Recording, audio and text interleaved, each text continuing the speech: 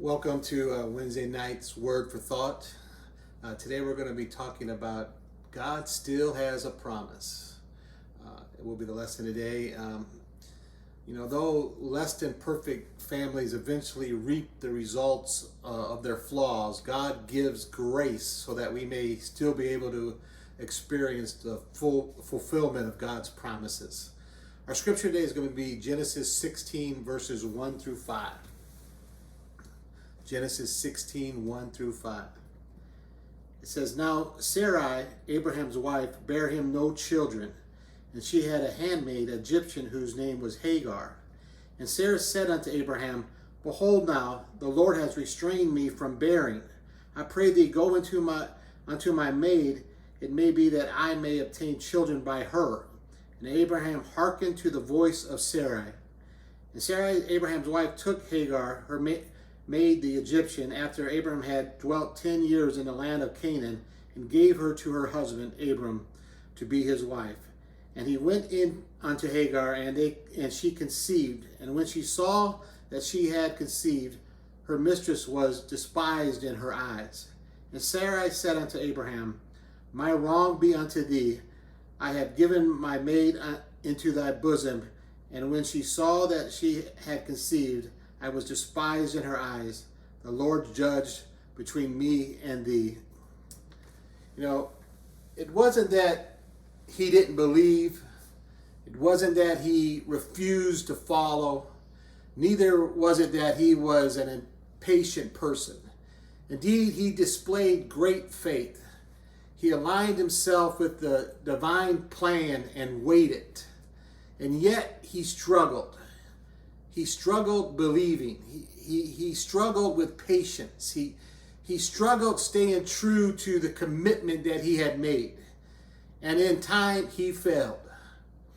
His story, at least part of it, is told in Hebrews chapter 11, the chapter that is often referred to as the Hall of Faith or the Hall of Fame of Faith. His name was Abraham, also called the father of the faithful. The writer of the book of Hebrews describes him as a person of faith. By faith, Abraham traveled, not knowing where he was going. By faith, he lived as a stranger in the land that was promised to him. He did not travel the path of faith alone, though. His wife Sarah journeyed alongside him. And by faith, Hebrew declares, Sarah, being past the age of childbearing, bore a son. And it was by faith that she believed that the one who made the promises would do what he said. And yet, it is this same person of faith, Sarah, and this great patriarch of faith, Abraham, who struggled believing. The writer of Hebrews makes no mention of it. It is as though it never happened, but it did happen. See, it was a difficult thing to believe for. She was old, well past childbearing years. And God, however, had declared she and Abraham would have a son. And so they believed. They believed for the impossible. They believed for the miraculous. But their belief was challenged as weeks turned into months and months turned into years. It was this time between the promise and the fulfillment of it that eventually eroded away their belief in the impossible. And then rather than stand strong in this season of waiting, Sarah caved. She told Abraham to take her servant Hagar and have a son with her. So he did. But that is not what God said for them to do. That's not what God had promised them. And unfortunately, Abraham and Sarah's mistake, the moment when they struggled believing and patiently waiting, they gave birth to a wild man, a wild child, a tormentor, a problem that would one day oppose the promise. But what is more interesting in this biblical story is the response of the chief player, which is God. In Abraham and Sarah's failure, God's grace was displayed. What might have resulted in an ending was no ending at all. Instead, God's promise was fulfilled. The impossible did become a reality. The miraculous did happen. For it was by faith that Abraham and Sarah had a promised child. And yes, it was also by grace. See, it is possible to believe and yet struggle believing. Most of us want to project that we have it all together, that we have no struggles, that everything is fine. I'm just happy and blessed. This is especially true when it comes to placing our trust in God. When experiencing times of trouble, we often say things like, I'm just believing in God. I'm just trusting in God. I'm just going to stand on His word. I'm just going to stand on His promise. And indeed, we might be. However, it's also likely that at times when we claim we are believing in God, there are also thoughts of doubt that flood our minds. We declare, I am trusting in God, and yet we fret about decisions that we must make. Decisions that must be made while we're in a time of waiting. You know, we have much in common with many of the characters in the Bible. There are times when we are very much like the father of the sick son who said, Lord, I believe, but help thou my unbelief. Let me ask a question. Have you ever experienced a time when you believed for something and yet you struggled in believing? Why do you think we sometimes struggle with unbelief while believing? You know, admitting our struggle, however, does not make us less of a Christian. In fact, it makes us real Christians. You know, throughout the Bible, we see the struggle real people had while trusting God. Life is real. Decisions, they must be made. It's not always easy. Some of the decisions are often difficult to make. And in such times, it's not uncommon to find ourselves having faith in God, yet struggling with doubt. We can learn something from these characters in the Bible, eventually who struggle with unbelieving while believing. Many of them, because of their struggle with unbelief, ended up making some terrible decisions. Thus, we must be aware that our unbelief or our lack of trust, it can lead us to make some bad choices that have consequences. You know, Abraham is an example of a person who had great faith. Hebrews 11:8 says he went out not knowing where he was going. Can you imagine this? Think about this. Abraham packed up his stuff and left the city where he lived to travel to a place he had never been, without any prior direction as to where he should specifically go. He went out, though not knowing where he was going. He just trusted God. He was a man of great faith. And yet Abraham was not perfect. You know, as great as a man of faith as Abraham was, he made many mistakes. You know, did you catch that? He was a great man of faith who made many mistakes. And at the root cause of his mistakes was a struggle with faith. It is somewhat of an oxymoron, though.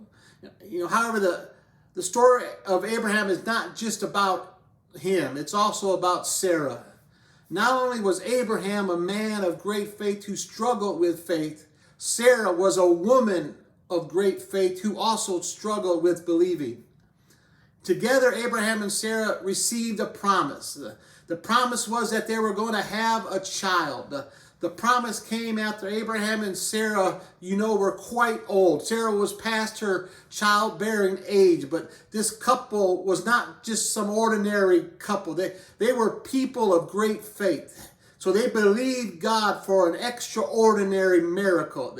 They were going to have a child. But like most people, when the promise did not come in the expected time frame, Abraham and Sarah began to doubt. And Sarah ended up crafting a plan to help God out.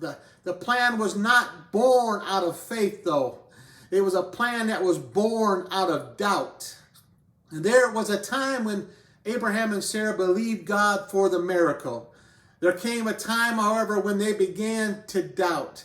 Years had flown by without a hint of a promised child.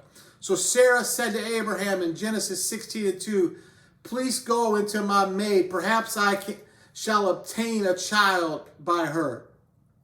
And this was acceptable in the world in which Abraham and Sarah lived. Thus, it probably seemed like a great idea, but it was a terrible idea. It was not what God had promised. Sarah modified God's promise to fit her frame of mind, a mind that was struggling with unbelief. And Abraham and Sarah's struggle with unbelief occurred during a season of waiting. And unfortunately, Abraham and Sarah were impatient. Yes, it had been a while since God had first spoken of the promised son or child. In fact, it had been a long while, but it was God who said it. And this was not just some ordinary God, small g. This was God, capital G. The one true God, the one and only God, the God with all power and authority. He had spoken and he cannot lie. But the struggle between belief in God and doubt intensified as Abraham and Sarah grew impatient while waiting. And Abraham and Sarah relied on human reasoning, which we so often do. The decision they made was not born out of a spiritual encounter with God. It did not flow from the promise God had already given them. It was at best a vain attempt on their part to make something seem as though God was in it. It was birthed from human reasoning. The mind that struggled believing was the same mind that crafted a plan that was not in the will of God. Think about it.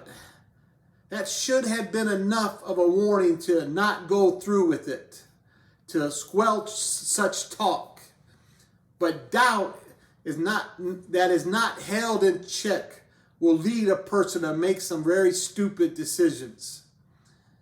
And that is exactly what happened. Abraham allowed Sarah to talk him into something that was not part of God's plan. God's plan was that Abraham and Sarah was to have a child, not Abraham and Hagar. As always, decisions have consequences. And this proved to be true for Abraham and Sarah. Abraham and Sarah eventually reaped the consequences of their decision. At the time when they were making this decision, it sounded logical. It sounded rational. It sounded sensible. It made sense. However, it was everything but that. You can see this in the fallout and in the aftermath. Of the many consequences of their decisions to do their own thing, there are two painful things that occurred. First, Abraham and Sarah's failure to wait and to trust God brought great hardship upon Hagar and also upon Ishmael. As soon as Hagar became pregnant with Ishmael, she began treating Sarah with contempt. It was not a one-sided thing, however. Sarah also began to treat Hagar harshly, to the point that she fled from Sarah for a time. And Hagar would be sent away for good eventually. And the second painful thing that happened as a result of Abraham and Sarah's decision to do things on their own was that the child born from Abraham and Hagar's relationship ended up tormenting Isaac. Abraham and Sarah's mistake resulted in opposition against the promised child. The son God promised them, the son they longed for, the son for whom they waited for such a long time for was ridiculed, and he was made fun of, and he was tormented by Ishmael, the son of a decision to do things their way instead of God's way. And there's more to this story, however. The rest of the story is that despite their failures, and there was additional failures that I haven't mentioned, other decisions that were made from the basis of fear. Despite that, Abraham and Sarah also believed when it made no sense to believe. Hebrews 11:11 declares, through faith also Sarah herself received strength to conceive seed and was delivered of a child when she was past age, because she judged him faithful who had promised. We know that Sarah was old. She was past the age of being able to bear a child. Science would have said it was impossible. She even thought it was silly. The Bible says she laughed when God said she was going to have a child. And yet, despite all the impossibilities, she had faith in God. 13 years after Ishmael's birth, 13 years after having made a decision that was not in God's plan, Sarah gave birth to the promise God had given some 25 years earlier. Despite the time that had lapsed and despite their failures, Abraham and Sarah believed. Call it what you will, but the reason we read of Abraham and Sarah in the book of Hebrews is not because Abraham and Sarah never made a mistake. They were not mistake-free. The reason we read about Abraham and Sarah in the book of Hebrews is because of the grace of God. It was not perfection that enabled Abraham and Sarah to lay hold of the promise. It was God's grace that made it possible. And grace made the difference. Mistakes, yes, they made them. Failures, yes, they experienced major failure. Lack of belief, yes. Fear caused them to make decisions that they would have otherwise not made.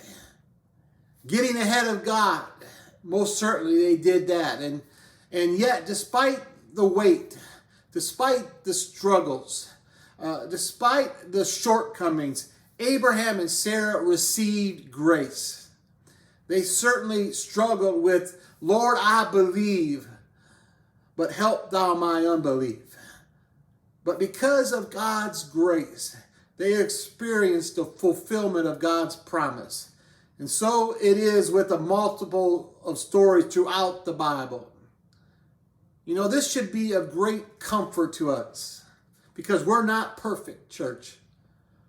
We are not immune to making mistakes. We often stumble. We often fall. At times we profess faith in God and then struggle in remaining faithful to what we have professed. We believe, yet we struggle with unbelief. And sometimes our mistakes result in negative impacts to our family. And yet time and time again, God's grace is extended to us. Aren't you thankful for that? Grace makes it possible for families to reap the promises of God. Even though we often suffer the consequences of our failures, grace does not give up on us. What might have been the final blow does not defeat us. What might have knocked us down for the count does not keep us down. What might have been the end of our story does not conclude our story. Instead, grace, wonderful grace, has the final say. Grace gets to tell the rest of the story. I hope you enjoyed this lesson tonight. Have a great evening.